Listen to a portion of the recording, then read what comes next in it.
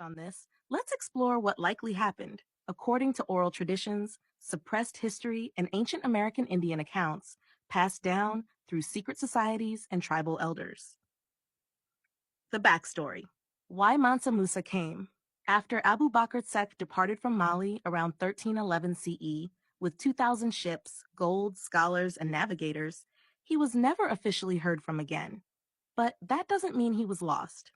He landed in the Americas, particularly the Gulf Coast, Mexico, and the Dakotas, and began forming alliances.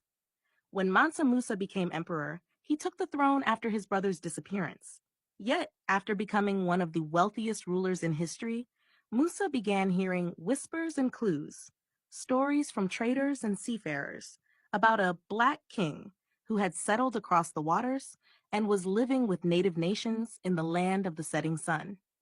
He decided to make a voyage himself, both to confirm the legends and to reconnect with his bloodline.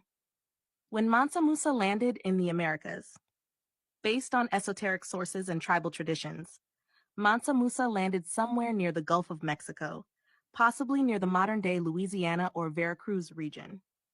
He was greeted by descendants of African and Hoshian people who had intermarried during Abu Bakr's early voyages. Musa was welcomed with reverence. Tribes called him Son of the Sun due to his aura, wealth, and command of spiritual science. He traveled northward to the Dakotas, following a gold route known to the Hoshian and Lakota people. The reunion with Abu Bakr Desek. Accounts from Mayan codices, Hopi, and Lakota oral histories describe an event where two great African kings met among the Black Hills.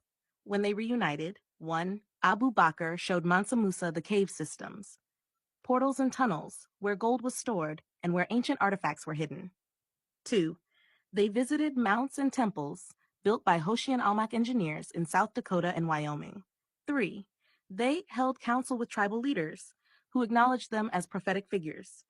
During this meeting, Musa gave symbolic gold offerings and recorded coordinates and land ownership deeds using African Moorish scroll systems. What they found and agreed upon. The land Musa saw was rich in resources, but also energetic portals. They knew the land would one day be taken by invaders, so they sealed off much of the gold, placing it deep within underground chambers.